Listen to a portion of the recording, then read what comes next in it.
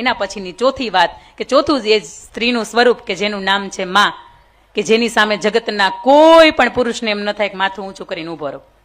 એ એવું પાત્ર છે કે જેની સામે નમવાનું જ મન થાય, કારણ કે મુખેથી બોલું માં ને મને હાચે જે નાનપણ સાંભળે, પછી મોટપની મજા મને કડવી લાગે કાગડા. અને લંકા જીત્યા પછી લક્ષ્મણ રામને એવું કે ભાઈ લંકા ટાઢી બહુ, હોનું છે ને બહુ ટાઢું, તમે એક વખત અહીંયા અનુભવ તો કરો, અહીં કેવી હારી ટાઢક છે. અને ત્યારે પ્રભુ શ્રી રામ એવું કે લક્ષ્મણ તારી જો ટાઢકની અનુભૂતિ કરવી હોય ને તો ઈ ટાઢક હિમાલયની ગોદની અંદર પણ નથી, અને ઈ ટાઢક અહીંયા લંકાના હોનાની અંદર પણ નથી. જે ટાઢક કૌશલ્યાની ગોદની અંદર છે ને વિશ્વના ક્યાંય ખૂણાની અંદર ઈ ટાઢક નથી. સાહેબ માં એવું પાત્ર છે કે જો એને જગતના દરેક બાળકના લેખ લખવાના થાય ને સાહેબ તો એ ક્યારેય જીવનની અંદર દુઃખ ન લખે, માત્ર સુખ લખે. પણ એક છેલ્લો પ્રસંગ મારે કહીને મારે અહીંયા મંચ ઉપરથી વિદાય લેવી છે.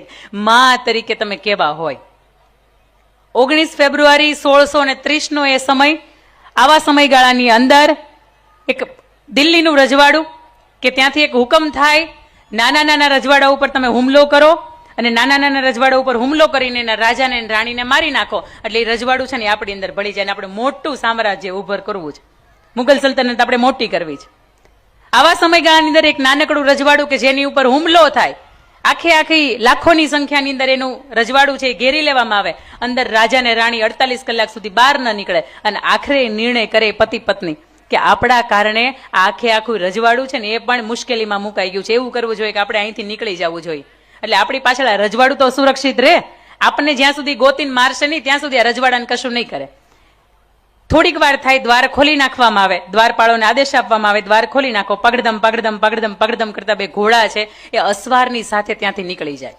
રસ્તામાં એવું બને કે કાંટા ભરેલું એક ગાડું આવે, અને આવા સમયગાળાની અંદર એક 20 ફૂટ જેટલું કાંટા ભરેલું ગાડું હોય આવતું હોય, એટલે પાછળથી એક ઘોડાનો અસવાર એવું કે હવે બસ પાછળથી લાખોની જે બાદશાહની ફોજ છે આવે છે, આગળથી આ ગાડું આવે છે, હવે આપણો રસ્તો આપણે મધ્યની અંદર આવીને ઉભા રહી ગયા છીએ. જેમ અર્જુન બે સેનાઓની મધ્યની અંદર ઉભો હતો, આવી મૂંઝવણની અંદર આપણે ઉભા છીએ. શું કરી શકાય? તો કે અહીંયા અમુકને મારી નખાય ને કાં તો મરી જવાય, હવે આ ટાણું નથી ભાગી જવાનું. અને ત્યારે પાછળનો અસવાર એવું કહે છે કે તમે મને પરવાનગી આપો ને તો આ 20 ફૂટનું કાંટા ભરેલું ગાડું છે ને એ હું કુદાવી દઉં. એક અસવાર છે ને પરવાનગી આપે કે કઈ વાંધો નહીં દેવી આપ કુદાવો. આ કાંટા ભરેલું ગાડું પહેલી જ વખત આટલું મોટું હાઈટની અંદર પણ હોય, જેટલી લંબાઈ હોય ને એટલી પહોળાઈ પણ હોય. આ કાંટા ઘરેલું ગાડું જે હતું દેશની આર્ય નારી માતા જીજાબાઈ છે એ પહેલી જ વખત આમ કુદાવે. થોડીક વાર આગળ જાય એટલે શાહજી પણ એનું ગાડું છે એ કુદાવે. થોડીક વાર આગળ જાય એટલે પાછળ લાખોની બાદશાહની સેના એનો એક જ ઉદ્દેશ કે આને મારી નાખવામાં આવે, આ રાજા રાણીને કાપી નાખવામાં આવે.